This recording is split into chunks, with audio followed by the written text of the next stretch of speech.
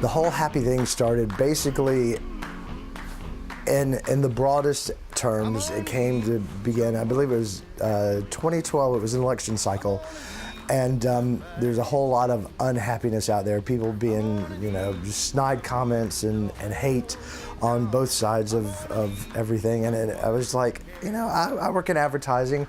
If I could advertise or condense one message down with all these posters people are putting out on the side of the road and little signs, if I could put something out there, what would it be? What would be my one word? If I could condense it to one word, it would be happy. Then I kind of thought, if I'm going to use my graphic design powers for good, what will I do? And what else can I do? And so I thought buttons are inexpensive. I could make a whole bunch of those and just leave them around downtown. And so I did. And then I would leave them at restaurants or cash registers, or when I left a tip. People get ticked off when you tell them to smile, but if you remind them of a feeling or a mood, happy, then usually that will do the smile for you.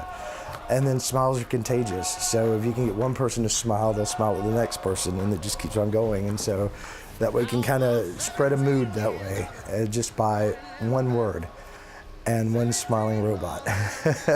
I'm kind of known in town for drawing robots, and just because a robot can be anybody, any gender, any race, any age, anybody. I lost a partner in 2006, and so usually when I draw the robots, I try to show them together. Even, the world is full of, I call it just happy sad, because you can't have one without the other. They're always in equal amounts, or sometimes 75-25, but the happy sadness, you can't have one without the other. And you can't appreciate the happy until you felt the sad. You don't know how good this is until you felt this. I mean, he was so funny, and he is constantly laughing with him.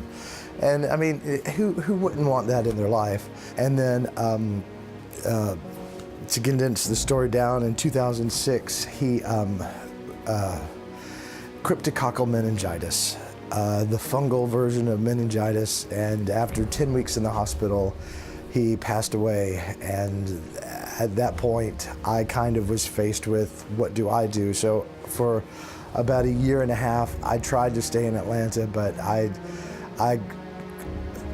completely just fell apart and lost it. And then I moved back here to Augusta. I love your sticker! Thank you. Again, I was just like, if the crap I've lived through could help anybody, then it would kind of make me living through that crap a lot more worth it. So why not? If I have to sit in front of a camera for 15-20 minutes and retell that story, why not? And then there was a movie. So knowing people know your story is a little weird sometimes. So if anybody ever says, hey, can I make a movie about you? Think about it. Well, I'm totally gonna quote R.E.M. right now, but everybody hurts. And even I'm considered the happy guy. People on the street will yell at me and just say, hey, happy. I love that, but I still hurt a lot, and I go through bouts of depression and everything, but the one thing I do know is that life is like a roller coaster, and if you go down, you are guaranteed to come back up.